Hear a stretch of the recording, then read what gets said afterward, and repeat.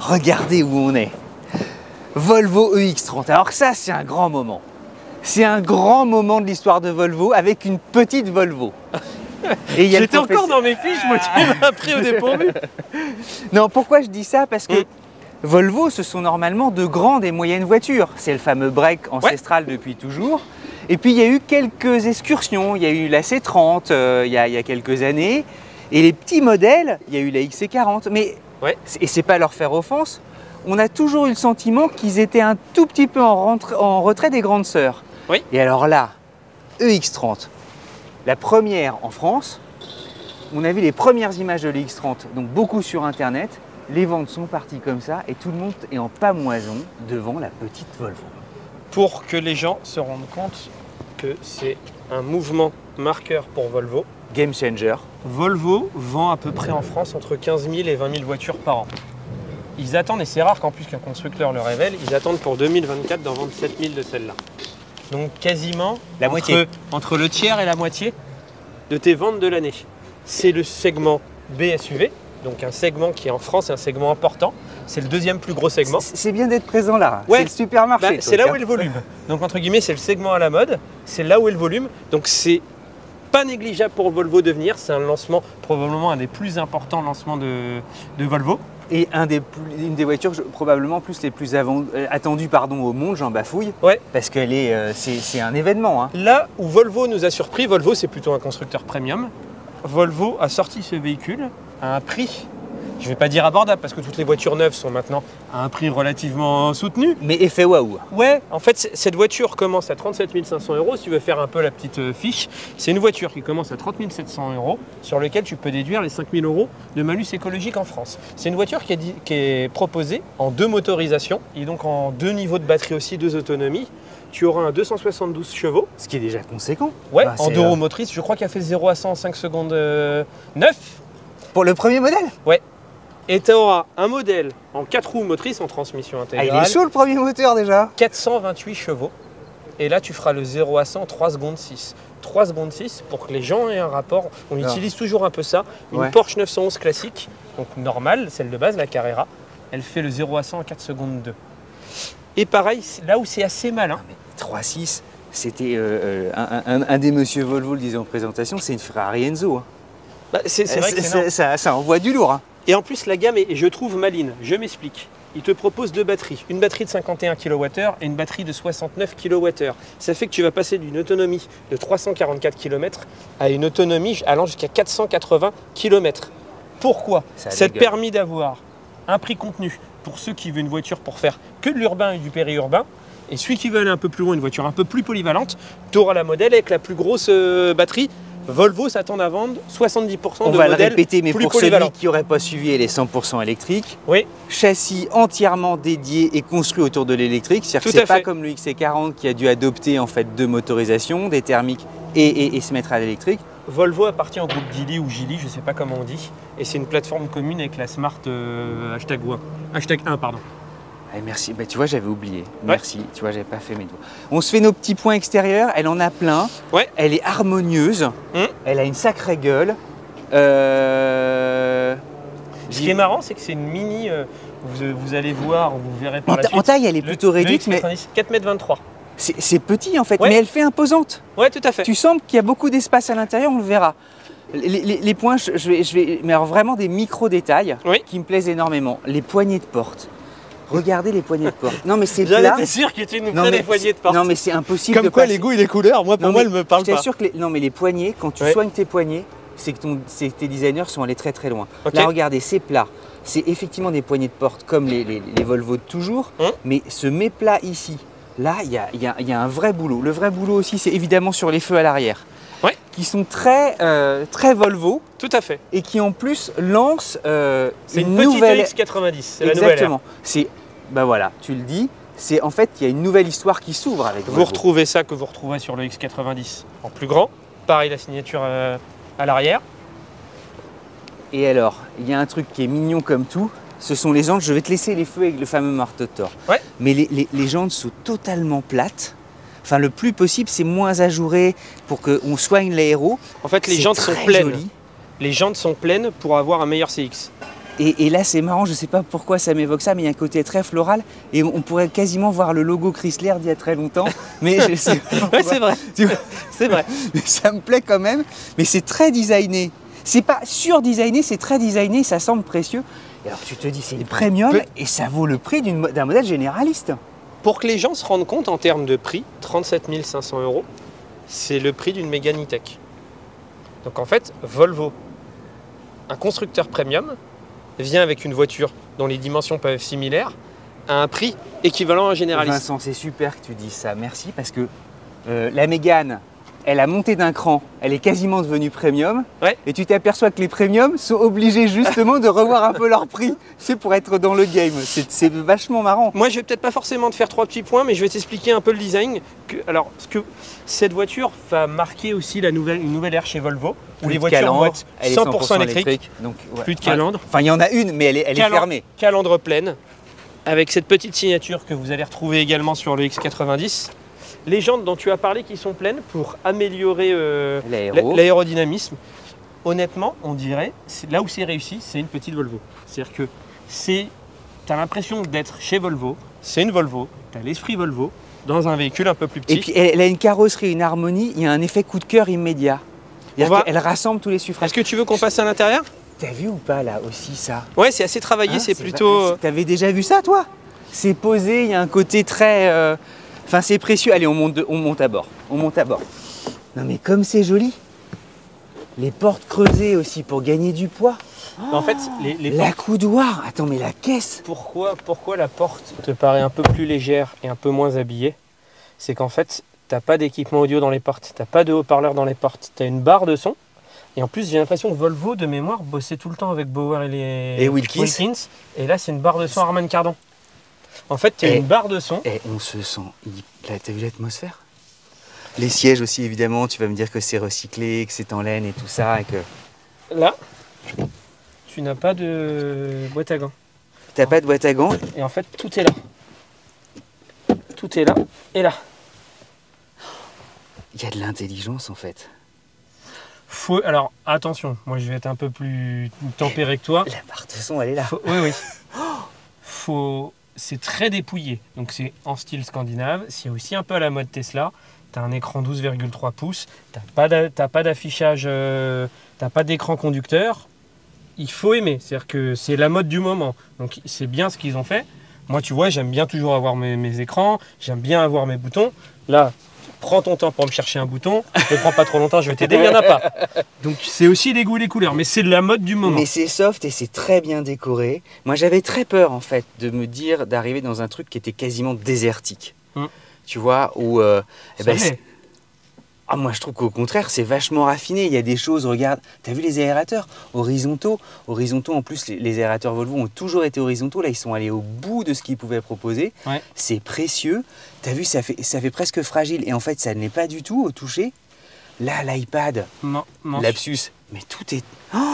Donc vous fait pas froid, mais... vous allez avoir un affichage simplifié, vous aurez ici... Oui, comment on lit la vitesse. Et exactement, ce qui remplace ce qu'il y a là. Vous avez, je sais pas, les sièges, il y a un maintien lombaire qui est très confortable. Et j'ai rarement vu ça. Je sais pas si c'est, je sais pas si c'était la même. Ah mais alors d'abord les sièges Volvo, c'est l'école des sièges Volvo. T'es toujours nickel. Et alors là, je viens de régler le fauteuil électrique. T'as un petit dé, enfin une sorte de petit carré qui te met dans toutes les positions. Donc plus personne, qui est hyper intuitif. Tout est en matériaux recyclables. Non mais l'ergonomie est bonne derrière le volant, t'es bien. Toi, pas ouvrant, mais panneau, donc ça c'est pas mal. Regarde les commodos, avec le P de parking. Regarde la résistance comme c'est, tout est doux. Enfin, tu sens qu'il y a un boulot, la gueule du volant. Est-ce que tu veux qu'on aille tester les... Allez, on va derrière, parce que 4,20 m, c'est... Et t'as vu, t'as rien sur les portes, hein. Tout est ici, tous les boutons sont au milieu. Et t'as vu les moquettes? Tout est... Franchement, je suis impressionné.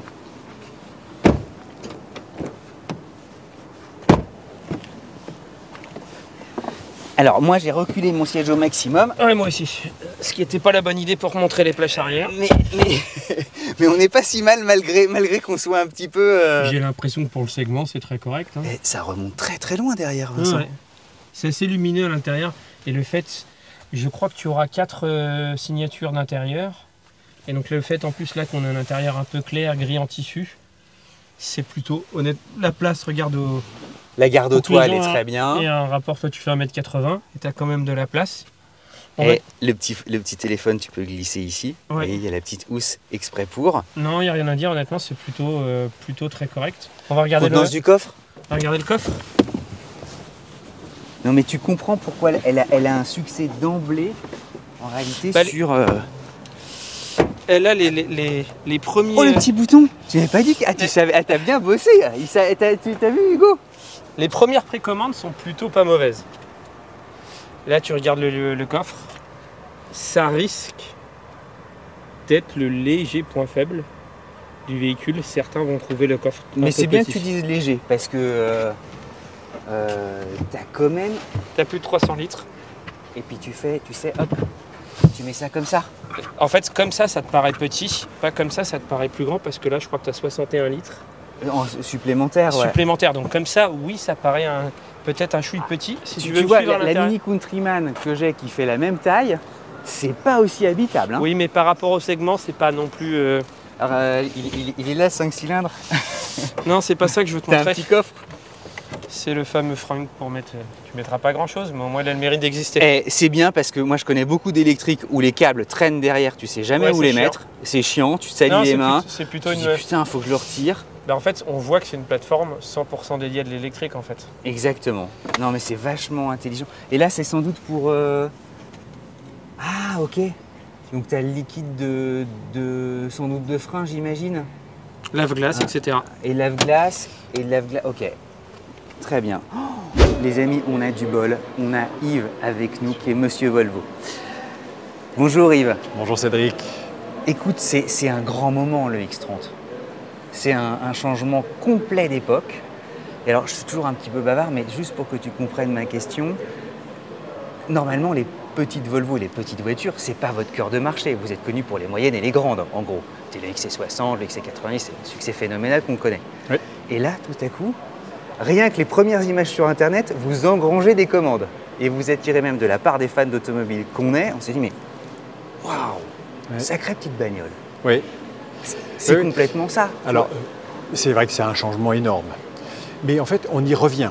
Alors, le problème, c'est qu'on en est sorti, puisque nous avions une petite voiture, jadis, la V40. On a abandonné ce segment et il est trop tard pour aller les reséduire. Donc, on repart à la chasse en conquête, plus que finalement en fidélisation. Mais c'est un segment qui est large, sur lequel on va pouvoir bien travailler. Mais c'est vrai qu'on arrive avec une technologie complètement différente, parce qu'on va parler d'électrique.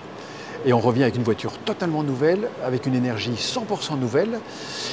Mais pour le moment, on est les seuls sur le segment à avoir cette offre, avec un prix qui est très concurrentiel. Donc il faut qu'on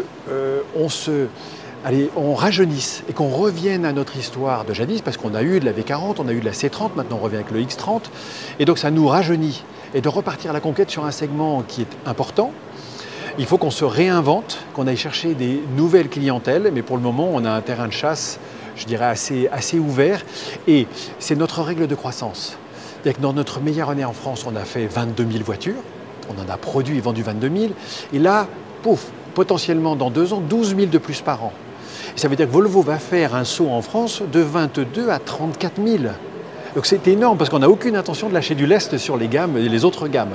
Donc on va chercher sur cet autre segment en disant que ce n'est pas du tout la même voiture, même si c'est 100% électrique, voilà, plus 40% de croissance minimum en France et dans le monde avec cette voiture. 100% électrique, tu as dit quelque chose durant ta présentation, tu as dit écoutez les gars, on n'a pas de plan B. Donc l'électricité c'est à fond et le reste... Oui, mais parce que c'est provoquant, mais c'est au moins ça explique la situation. En fait, je tue la question avant de l'avoir, c'est pas très sympa. Mais en France, on est toujours un truc, quand on a une bonne solution, on cherche toujours à savoir, mais si les autres solutions. Donc, avant qu'on nous pose la question en disant, mais les autres énergies alternatives de synthèse ou autres énergies électriques, est-ce que vous y pensez? Et la réponse de Volvo est de dire non. 100% de nos ressources sont mises dans l'électrique batterie.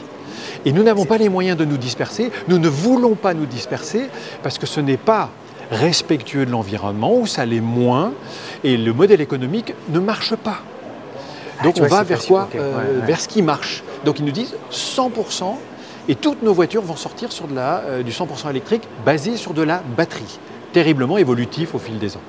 On regarde simplement le marché aujourd'hui.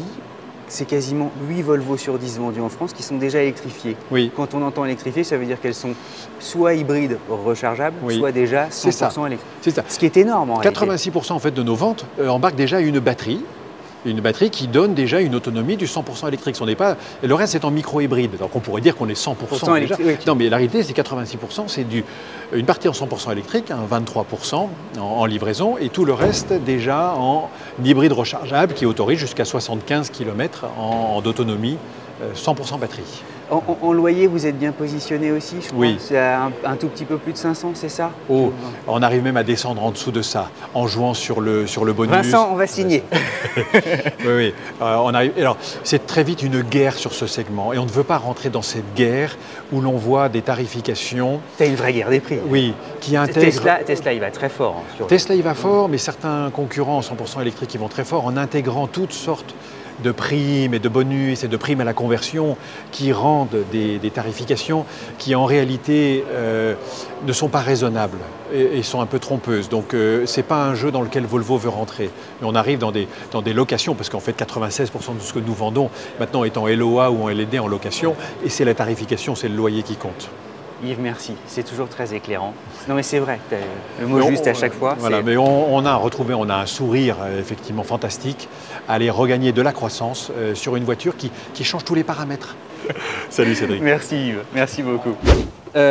Si, chose importante, donc il s'en vend quand même beaucoup aux particuliers. C'est une des rares Volvo où ils pensent faire 60-40. Exactement. Et les ambitions sont importantes parce que tu vises quand même 7000 voitures sur un créneau de 15-20 000 par an en France. C'est énorme et ils attendent. Donc ça c'est pour 2024 et pour 2025 ils aimeraient bien dépasser les 10 000 avec ce véhicule. C'est énorme. Ils ont des premiers loyers, je suis allé regarder, ouais. Un tout petit peu au-dessus de 500 €. Ça commence à être un sacré compétiteur. Hein. Et Volvo... Le prix facial est surprenant. Prix facial est...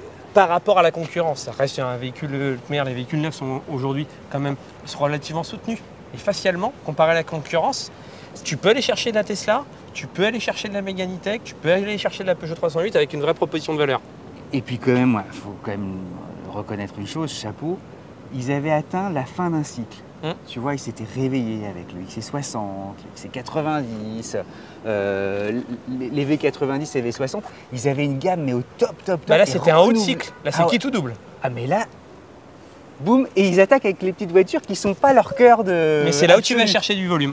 C'est vraiment bravo. Dites-nous ce que vous en pensez. Ouais, on s'abonne. Que mamie nous dit ce qu'elle en pense aussi. On s'abonne à la petite flèche bleue. Ouais. Mais on lui fait la bise. Et à très vite pour d'autres vidéos. Et à très vite les amis.